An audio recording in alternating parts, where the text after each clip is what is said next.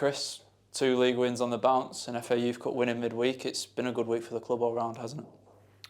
Well, yeah, it's a great place to start this interview. Of course it has. Really pleased for everybody attached to the football club, in particular the players for the hard work and getting some reward for it. Supporters definitely deserve something to cheer and shout about. And of course, you know, you've got your club's investment in respect to producing the group of players that we've got. So to be represented in a week's worth of football like that, it's really good. Before talking about the Sutton game, just a little bit on Gateshead. How pleased were you overall with how the players carried out the strategy and the game plan altogether? Well, that's a good question. So Tuesday was like a hard firework type display against Oldham. Really at them, passing, making ins in terms of possession, lots of shots, lots of goal action, numbers in box. Really reduced Oldham to not too many chances. And you can't guarantee that every game you play. And it did feel very electric that first half. I spoke to a few supporters after, who were like, just never seen Fylde play like that. So that's really good. But of course it can't always be the same. And Gateshead are completely different. And it was his first on game as manager. And they're very sort of chess-like in respect to the way they build and progress. And they do it brilliantly. They do it better than anybody else. So you got to respect that. And then you got to think about how we can counteract that and also represent our strengths. So for the lads to carry out a game plan, unbelievable in respect to pressing, counter-pressing, and then transitions at speed, really good. And players really believing in it. I mean, you know, I get told he can't do this, he can't do that. No, they can, and they did, and they will. But what they've got to be now is consistent with that.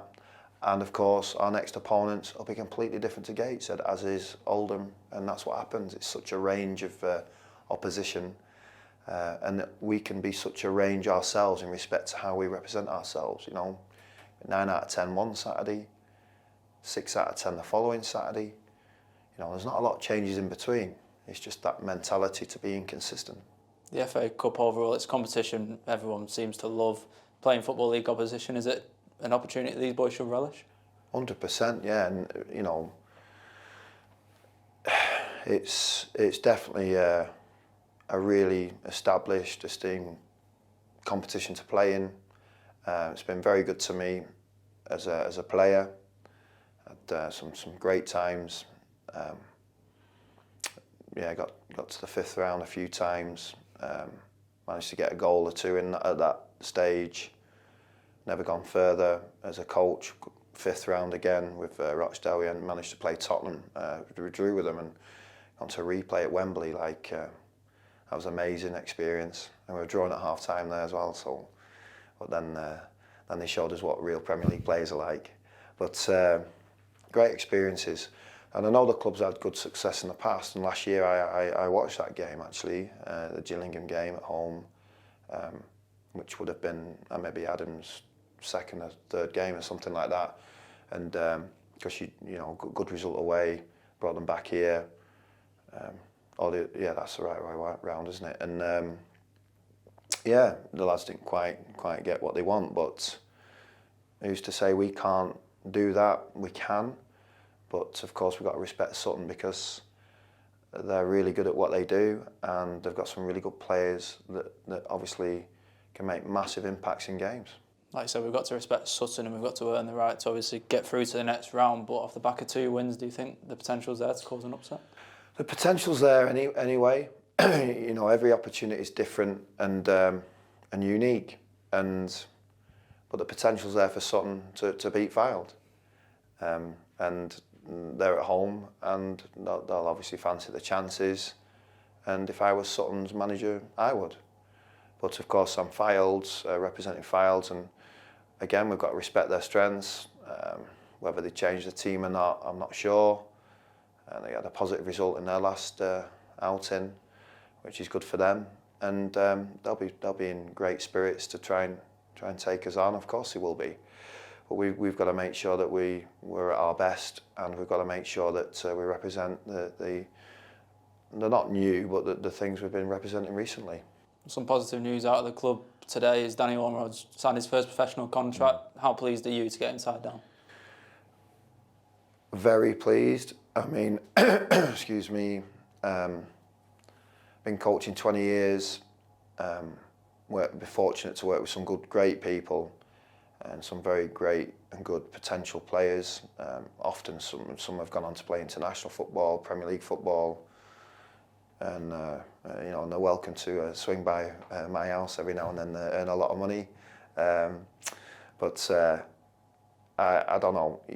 You see something. I seen Dan come on in a reserve game last season against Fleetwood just for 10 minutes as a young, and he still is young and thin and gangly like style he's got. But first touch and awareness, excellent, and without putting too much pressure on him, as long as he keeps his head down. Met his family, good family.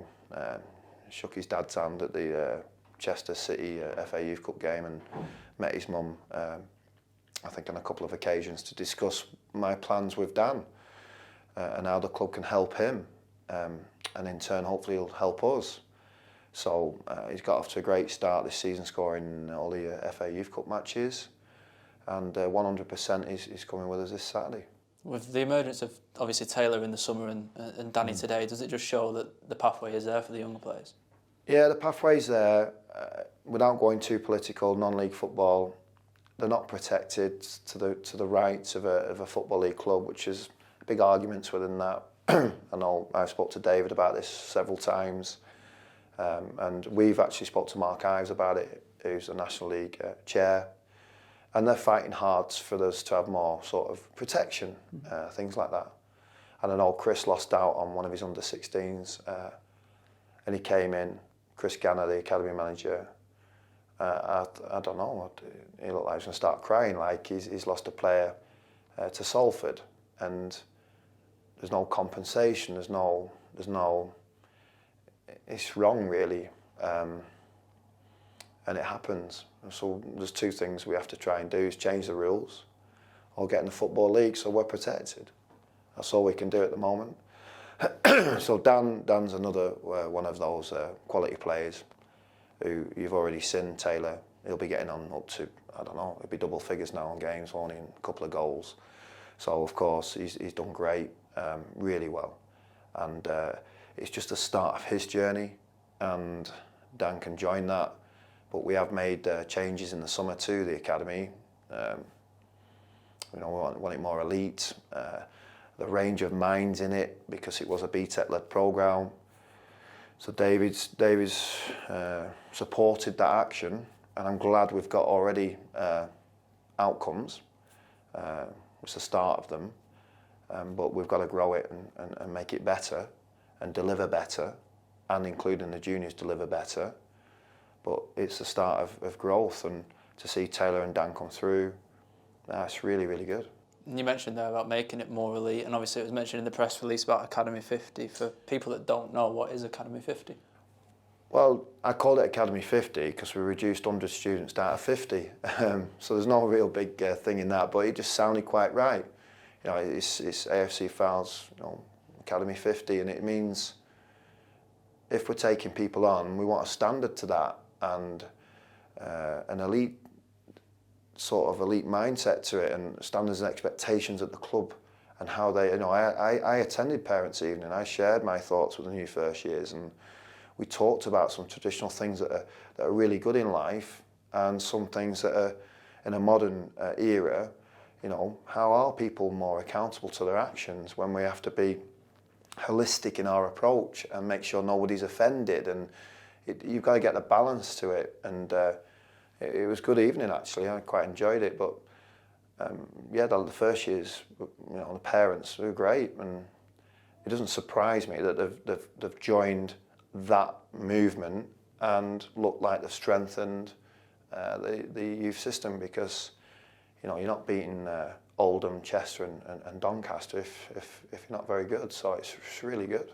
And finally, just obviously back to Saturday now, is the message to the boys: go and enjoy it, but try and replicate what we've been doing? Enjoy it, yeah. Replicate, yeah. different situation, completely different to Gateshead. So completely different challenge. And they've got some really good, like I said, individual, strong, dynamic players. Fortunate to recruit a couple of them and coach them myself. So I know one or two personally. Yeah, they're going to be tough, and don't be surprised by that. But it's something to definitely look forward to. And if you speak to any manager, well, you want to try and enjoy everything that comes your way and the challenges that come your way. There's only one place managers want to enjoy, and that's winning games. And you know, it'd be nice if we can, but like I said, there's no guarantee. But I just want to make sure all them AFC Fylde fans that travel, if we can represent our traits, our values, yeah, which we have done the last 3-4 weeks, you know, what will be will be. But if we do that, yeah, I'm a happy man. But of course, I'd be a little bit happier if we win.